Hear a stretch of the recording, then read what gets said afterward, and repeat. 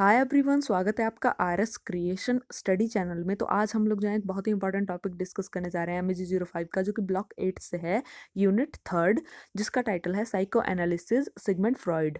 तो सबसे पहले हम जो है सिगमंड फ्रॉइड की लाइफ के बारे में थोड़ा सा जान लेते हैं कि सिगमंड फ्रॉइड कौन थे। उसके बाद हम इनकी थ्योरीज को डिस्कस करेंगे। तो सिगमंड फ्रॉइड एक ऑस्ट्रियन न्यूरोलॉजिस्ट थे और इनको जो है फाउंडर ऑफ साइको एनालिसिस भी कहा जाता है या फिर फादर ऑफ साइको एनालिसिस भी कहा जाता है। मतलब साइको एनालिसिस की स्थापना इन्होंने ही की थी। तो इनका जन्म जो है 6 मई 1856 में ऑस्ट्रियन एम्पायर में हुआ था, जिसको आज हम जो है चेक रिपब्लिक के नाम से जानते हैं। और इनकी डेथ हुई थी 23 सितंबर 1939 83 की एज में, यूनाइटेड किंगडम में। तो सिगमंड फ्रॉइड ने जो है बहुत सारी थ्योरीज और न्यू टर्म्स दी साइकोलॉजी में। लेकिन इनकी जो थ्योरीज होती थी वो बहुत ज़्यादा कंट्रोवर्शियल होती थी और इनको काफ़ी क्रिटिसाइज भी किया गया लोगों के द्वारा, क्योंकि इनकी जो थ्योरीज होती थी या तो ह्यूमन ब्रेन के ऊपर होती थी या तो सेक्स थ्योरीज होती थी। मतलब इन्होंने सेक्स को बहुत डीपली स्टडी कर रखा था और ये जब भी कोई थ्योरीज देते थे तो इवन लोगों ने इनको पागल तक बोला, और इवन ये तक बोला कि ये कुछ भी उल्टा सीधा बोलता रहता है अपनी थ्योरीज में, क्योंकि उस टाइम तक जो है ये थ्योरीज इतनी ज़्यादा डेवलप नहीं हुई थी, लोगों को समझ में नहीं आ रहा था कि ये किस बारे में है।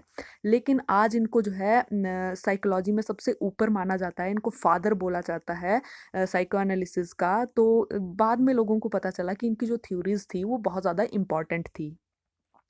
तो सिगमंड फ्रॉइड का जो बिगेस्ट कंट्रीब्यूशन रहा है इस फील्ड में वो ये रहा है कि इन्होंने जो है एक नया और पावरफुल तरीका दिया ह्यूमन माइंड, ह्यूमन थॉट और ह्यूमन बिहेवियर को समझने का और उसको जो है स्टडी करने का। तो सिगमंड फ्रॉइड ने जो है साइको एनालिसिस में बहुत सारी थ्योरीज दी हुई है, जिसमें से 3 लेवल ऑफ माइंड, जैसे conscious mind, subconscious mind, unconscious mind, और 3 psychic zone of human behaviour, id, ego, super ego. इन थ्योरीज को मैं जो हूँ अपनी प्रीवियस वीडियो में कवर कर चुकी हूँ। तो अगर आपने अभी तक वो वीडियो नहीं देखी है तो उसको जाकर के पहले देख लीजिए, तभी आपको जो है ये वाला टॉपिक अच्छे से समझ में आएगा, जो नेक्स्ट टॉपिक हम आज डिस्कस करने वाले हैं। तो जो नेक्स्ट टॉपिक हम लोग डिस्कस करने वाले हैं वो है चाइल्ड साइकोसेक्सुअल जोन्स और स्टेजेस। तो सिगमंड फ्रॉइड ने कहा कि पर्सनैलिटी डेवलप जो होती है एक बच्चे की, वो 5 साइकोसेक्सुअल जोन या फिर स्टेजेस के थ्रू होती है। तो ये बहुत ज़्यादा इंपॉर्टेंट स्टेजेस होती है। और हर स्टेज में जो लिबिडो है, लिबिडो मतलब जो प्लेजर है, वो एक्सप्रेस होता है डिफरेंट डिफरेंट वेज में और different different part of bodies में। तो मतलब जो प्लेज़र है वो बच्चे को जो है हर स्टेज में अलग-अलग तरीके से मिलता है और डिफरेंट बॉडी पार्ट से मिलता है। तो ये जो 5 साइकोसेक्सुअल स्टेजेस है, इसमें से फर्स्ट है ओरल जोन, जो कि बर्थ से लेकर के 1 ईयर के बेबी में होती है। और सेकंड है एनल जोन, 1 से लेकर के 3 ईयर के बेबी में होती है। और नेक्स्ट है जो थर्ड है वो है फैलिक जोन, 3 to 6 ईयर के बेबी में होती है।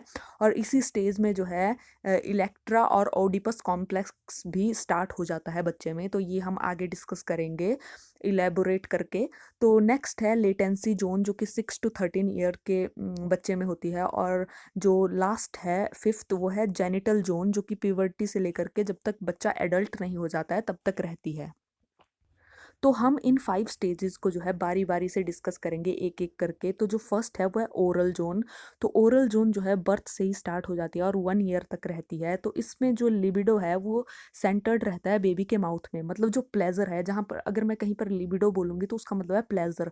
तो जो बेबी है वो प्लेजर लेता है माउथ के थ्रू।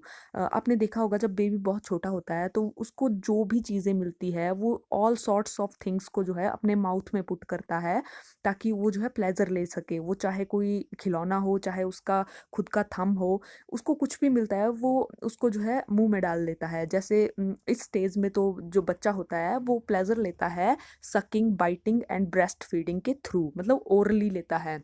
और अगर जो प्रॉपर सेटिस्फैक्शन है वो बच्चे को जो है इस एज में नहीं मिल पाती है तो वो नॉर्मल और हेल्दी लाइफ नहीं जी सकता है। जैसे आपने बहुत सारे लोगों को देखा होगा अपने आसपास, कुछ लोग जो है स्मोकर होते हैं, नेल बाइटर होते हैं, फिंगर च्यूइंग करते हैं, और जो जो अंगूठा होता है उसको मुंह में डाल के रखते हैं जब भी उनको स्ट्रेस होता है। तो ये जो है अगर इस स्टेज में बच्चा फिक्स हो जाता है, फिक्सेशन हो जाती है बच्चे को, या फिर उसको जो है प्रॉपर सेटिस्फैक्शन नहीं मिल पाती है, तो ये सारी प्रॉब्लमें लाइफ में आगे आती है। तो जो नेक्स्ट स्टेज है वो है एनल स्टेज। ये जो है 1 to 3 ईयर के बेबी में होती है। तो ये जो होती है इस स्टेज में जो बच्चा है वो प्लेजर लेता है, जो उसका फोकस होता है वो होता है एनस के ऊपर।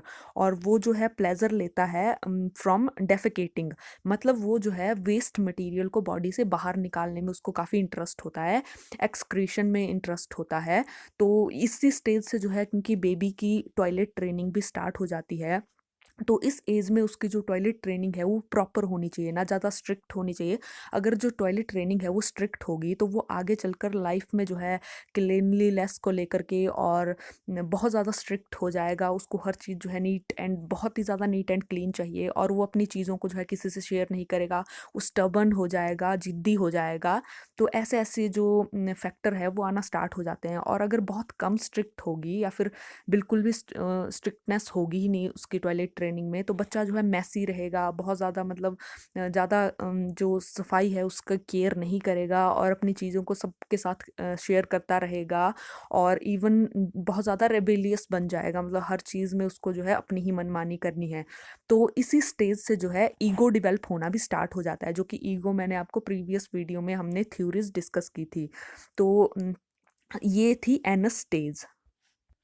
तो जो थर्ड स्टेज है वो है फेलिक स्टेज। ये जो है 3 to 6 ईयर के बेबी में होती है। तो ये जो स्टेज होती है इसमें जो बच्चा है वो प्लेजर लेता है किसके थ्रू, जेनिटल्स के थ्रू, मतलब अपने प्राइवेट पार्ट्स के थ्रू। द इरोजेनियस जोन होती है क्योंकि वो, मतलब जो बेबी है वो अपने प्राइवेट पार्ट्स को जो है स्टेयर करना स्टार्ट करता है, टच करना स्टार्ट करता है, रब करना स्टार्ट करता है, और वहाँ से उसको जो है प्लेजर मिलता है। और ये जो जोन होती है, ये जो स्टेज होती है, इसमें वो जो है काफ़ी चिड़चिड़ा हो जाता है, होने लग जाता है, काफ़ी जेलसी फील करने लग जाता है, और ऐसी चीज़ें डेवलप होना स्टार्ट हो जाती है, फियर डेवलप होना स्टार्ट हो जाता है। तो यहाँ पर जो सिगमंड फ्रॉइड है उन्होंने इसी स्टेज में जो है जब बच्चा 5 साल का हो जाता है उन्होंने ओडिपस कॉम्प्लेक्स बताया है और इलेक्ट्रिया कॉम्प्लेक्स बताया है, जो कि गर्ल्स में होता है। तो ये जो टर्म्स थी ना, ये टर्म्स सिगमंड फ्रॉइड ने दी थी, लेकिन ये बहुत ज़्यादा कंट्रोवर्शियल टर्म्स थी, लोगों को ये काफ़ी ज़्यादा कंट्रोवर्शियल लगती थी। तो ये दोनों जो टर्म सिगमंड फ्रॉइड ने दी थी, तो इन दोनों का मतलब है कि जो अपोजिट सेक्स होता है, जो बच्चा होता है वो उसके प्रति अट्रैक्ट होना स्टार्ट हो जाता है इस स्टेज में। और जो सेम सेक्स होता का इंसान होता है उससे बच्चा जो है हेट करना स्टार्ट कर देता है, और उसको जो है नापसंद करता है, उससे जेलसी करना स्टार्ट कर देता है। मतलब कि जो बच्ची है, जो लड़की है, वो अपनी माँ को नापसंद करेगी और जो फादर है उसको पसंद करेगी। और इसको जो है इलेक्ट्रा कॉम्प्लेक्स कहा गया है। तो इसमें जो है लड़कियां अपने फादर की तरफ जो है अट्रैक्ट होती है, ऐसा कहा है सिगमंड फ्रॉइड ने। और ये जो ओडिपस कॉम्प्लेक्स है इसमें अपोजिट होगा, यहाँ पर जो बॉयज है वो अपनी मदर की तरफ अट्रैक्ट होंगे और अपने फादर को जो है पसंद नहीं करेंगे, उनको हेट करना स्टार्ट करेंगे। तो ये दोनों टर्म्स जो थी बहुत ज़्यादा कॉन्ट्रोवर्शियल थी। तो जो नेक्स्ट स्टेज है वो है लेटेंसी स्टेज, जो कि 6 ईयर से लेकर के प्यूबर्टी तक रहती है, मतलब 13 साल के बच्चे तक। तो इसमें जो सिगमंड फ्रॉइड है उन्होंने कहा है कि जो बच्चा होता है वो रिप्रेस कर देता है अपने सेक्सुअल इंटरेस्ट को, जो मतलब उसकी सेक्सुअल डिज़ायर होती है उसको दबा देता है, और वो डेवलप करता है सोशल और इंटेलेक्चुअल स्किल्स। क्योंकि बच्चा जो है स्कूल जाना स्टार्ट कर देता है तो उसका जो इंटरेस्ट है वो वहाँ पर शिफ्ट हो जाता है, उसके जो एनर्जी है वो वहाँ पर शिफ्ट हो जाती है, such as school work, hobbies and friendship में और स्किल्स को डेवलप करने में। तो वो जो उसका इंटरेस्ट होता है वो शिफ्ट हो जाता है पूरा का पूरा, जो सेक्सुअल इंटरेस्ट और डिज़ायर होती है वहाँ से दूसरी तरफ। तो जो फिफ्थ स्टेज है वो है जेनिटल स्टेज, जो कि प्यूबर्टी से लेकर के जब तक कि एडल्ट नहीं हो जाता बच्चा तब तक उसमें रहती है। तो बहुत सारी चीज़ें जो है यहाँ पर चेंज होना स्टार्ट हो जाती है, क्योंकि प्यूबर्टी वाली लाइफ होती है ना ये। और इस स्टेज में जो है इंडिविजुअल का इंटरेस्ट डेवलप होने लग जाता है, बहुत ही स्ट्रॉन्ग इंटरेस्ट डेवलप होने लग जाता है, जो कि अपोजिट सेक्स होता है, जैसे लड़के का लड़कियों में और लड़कियों का लड़कियों की तरफ। तो मतलब यहाँ पर जो है इंसान जो है थोड़ा मैच्योर होना स्टार्ट हो जाता है। तो ये जो सिगमंड फ्रॉइड की जितनी भी थ्योरीज़ थी जो हमने अभी पढ़ी, तो सिगमंड फ्रॉइड को जो है इन थ्योरीज़ के लिए बहुत ज़्यादा क्रिटिसाइज़ किया गया था और उनको कहा गया था कि उन्होंने बहुत ही ज़्यादा इम्पोर्टेंस दे दी है जो सेक्सुअलिटी और सेक्सुअल अर्ज है उसको, उनका फ़ोकस जो था बहुत ज़्यादा था इन चीज़ों के ऊपर।